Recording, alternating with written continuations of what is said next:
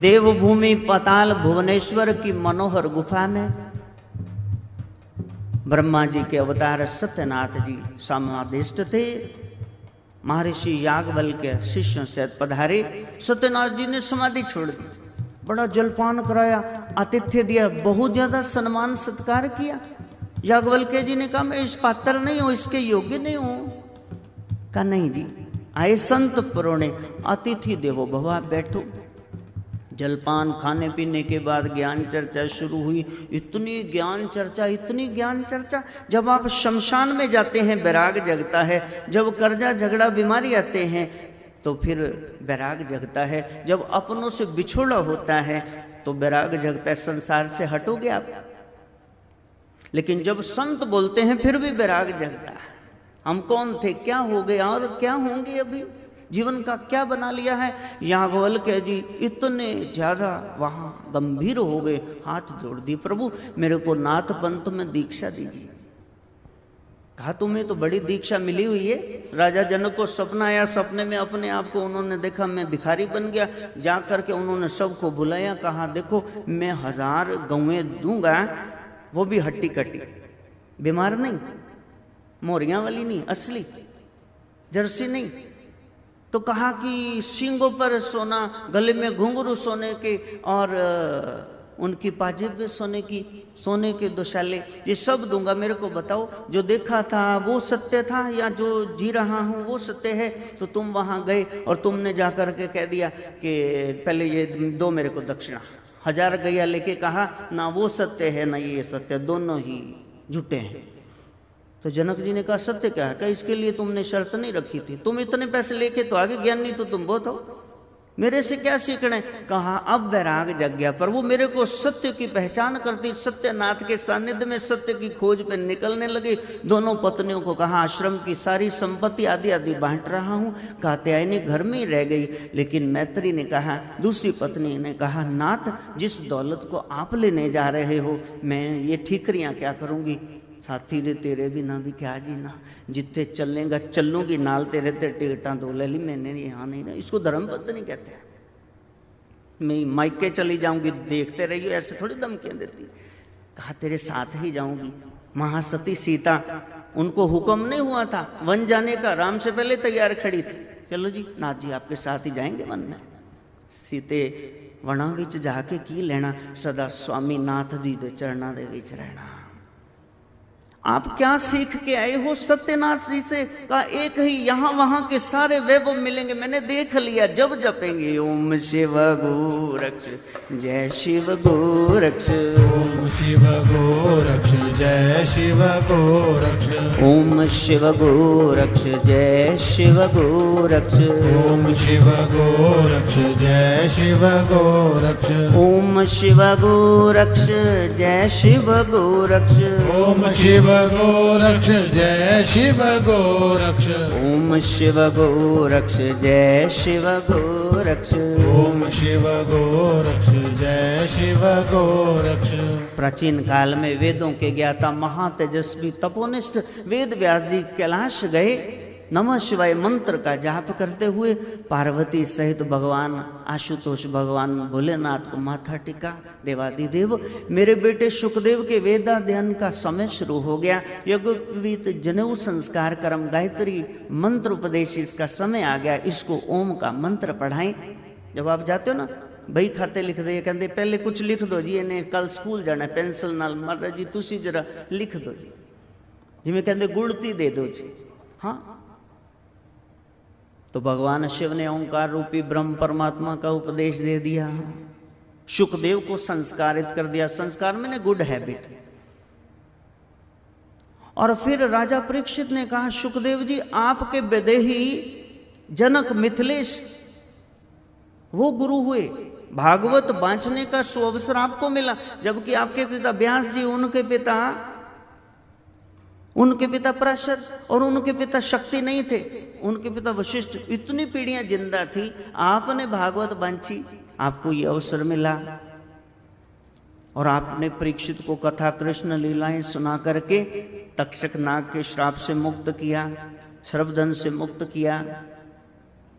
तो आप बताइए, आप में ऐसी कौन सी शक्ति थी ये सब प्राप्त हो गया? कहा जब मैं भोलेनाथ के पास गया था, जनक जी तो बाद में गुरु बने, तो उन्होंने कहा ओम। मैंने कहा प्रभु बस ओम, शिव भी जिस मंत्र को जप रहे हैं वो ये है, ओम शिव गोरक्ष जय शिव गोरक्ष, ओम शिव गोरक्ष जय शिव गोरक्ष, ओम शिव गोरक्ष जय शिव गोरक्ष, ओम शिव गोरक्ष जय शिव गोरक्ष, ओम शिव गोरक्ष जय शिव गोरक्ष, ओम शिव गोरक्ष जय शिव गोरक्ष, ओम शिव गोरक्ष जय शिव गोरक्ष, ओम शिव गोरक्ष जय शिव गोरक्ष। जब मंत्र जपते हैं तो सोहम मंत्र जपते हैं। क्यों मोरे जी? कि शौर्य जी? शौर्य जी। आसन मिलता है, गुरुदेव आसन देते हैं, स्वरूप मिलता है, धूप बत्ती करके आराम से बैठ के सोहम, श्वास अंदर जाए सो, श्वास बाहर आए हम, ये चल रहा है, इसको सुनने का प्रयास करना। धीरे धीरे ध्यान फैलेगा तो मूलाधार पे चोट पड़ेगी, गणेश जी के दर्शन होंगे, आगे बढ़ जाना। इंद्री चक्र में ब्रह्मा जी, नाभि कमल में विष्णु जी, हृदय में भगवान शंकर, कंठ में शक्ति मैया विराजमान है, और फिर उधरगामी होती होती चेतना सुरत तीसरे तिल में आ जाती है। यहाँ पर चरनाट होती है, यहाँ पर कुछ प्रेशर पड़ता है। जैसे छोटे होते थे ना, आपकी आंख के सामने कोई ऐसे ऐसे करता था, नहीं मेरा सिर दुख रहा है, या वो गोले गोले जो देसी कापी देख मंदे आया सिर दुखन लग गया। यहाँ कुछ है, बल्ब कहीं भी जगह सारे कमरे में रोशनी होती है। ये भ्रुकुटी के मध्य 1.25 इंच अंदर जाके आत्मा का स्थान है, जिसके कारण नख से शिखा तक इंसान तू हिल रहा है, वो शक्ति है। दासोहम सोहम ओम हरि हरि ओम, दासोहम सोहम ओम हरि हरि ओम, दासोहम सोहम ओम हरि हरि ओम, दासोहम सोहम ओम हरि हरि ओम, हाँ दासोहम सोहम ओम हरि हरि ओम, दासोहम सोहम ओम हरि हरि ओम, दासोहम सोहम ओम हरि हरि ओम, दासोहम सोहम ओम हरि हरि ओम। तो यहाँ से नीचे यात्रा शुरू नहीं करनी है, हमने तो ऊपर ही रहना है। तीसरे तिल से साहिब मिल गया तिल ओले, मन मस्त हुआ, अब क्यों डोले? तो वहां पहले धीरे धीरे ध्यान टिकेगा। चिलमिल तारामंडल, कोई प्रकाश दिखा फिर नहीं दिखा, फिर दिखा फिर नहीं दिखा, धीरे धीरे प्रकाश फैलेगा। 12 सूरजों जैसा आंखें चुंधिया जाएंगी। कई लोग पागल हो जाते हैं, गुरु बगैर भक्ति करते, चाल चल नहीं जाती, सदाई होके घूमते। इसलिए गुरु का अध्यात्म में होना बहुत जरूरी। घर के पास कौन से पेड़ पौधे लगे आपको नहीं पता, कोई बताएगा तब पता चलेगा। ब्रह्म को ऐसे ही जान जाओगे किताबें पढ़ पढ़ के नहीं, उसके लिए गुरु, जिंदा गुरु की जरूरत है। और जैसे ही आप उस एरिया को पार करते हो तो वहां फिर एक चंद्र जैसा बिंब फैलता है। पहले चिलमिल तारामंडल, फिर सूर्य, और फिर चांद की चांदनी। उसमें एक ज्योत जल रही सहस्रदल कमल की। ये ज्योत निरंजन है, इसमें कोई अंजन नहीं है। ये ज्योत जल रही ब्रह्म की, परम ज्योति स्वरूप परमात्मा राम रमी शक्ति काल पुरुष। और जैसे ही आगे बढ़े सहस्रदल कमल के बाद त्रिकुटी, तो वहाँ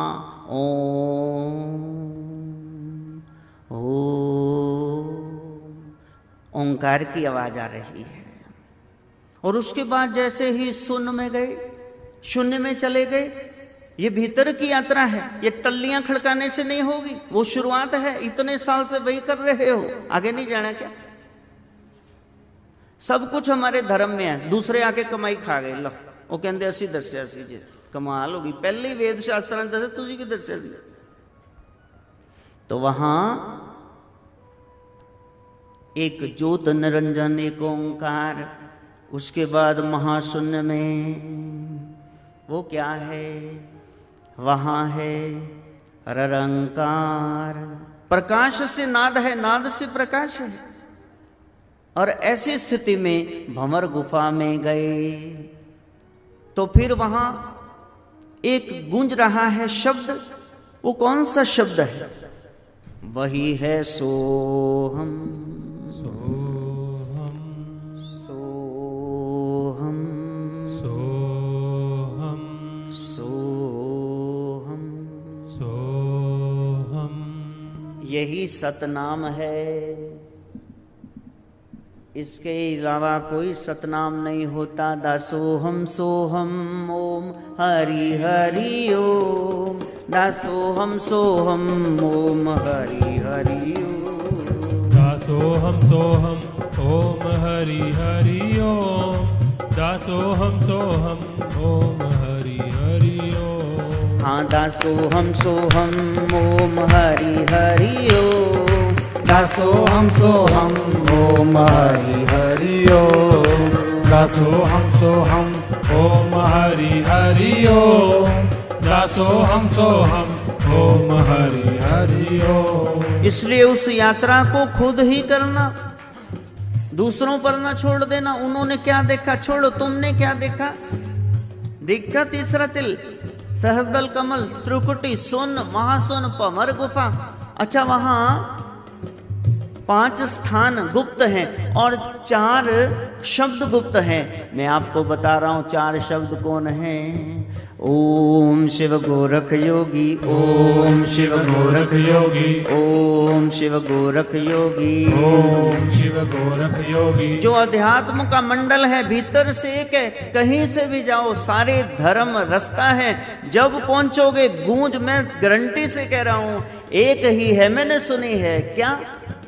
ओम शिव गोरख योगी, ओम शिव गोरख योगी, ओम शिव गोरख योगी, ओम शिव गोरख योगी, ओम शिव गोरख योगी, ओम शिव गोरख योगी, ओम शिव गोरख योगी, ओम शिव गोरख योगी। जब आसन पे बैठे तब तो सोहम ही जपना, लेकिन जब चलते फिरते कहीं आपको स्कूटर पे जाना है, दिमागी काम नहीं कर रहे, सामने सब होश में रहते हुए ओम शिव गोरक्ष जय शिव गोरक्ष, ओम शिव गोरक्ष जय शिव गोरक्ष, ओम शिव गोरक्ष जय शिव गोरक्ष, ओम शिव गोरक्ष जय शिव गोरक्ष।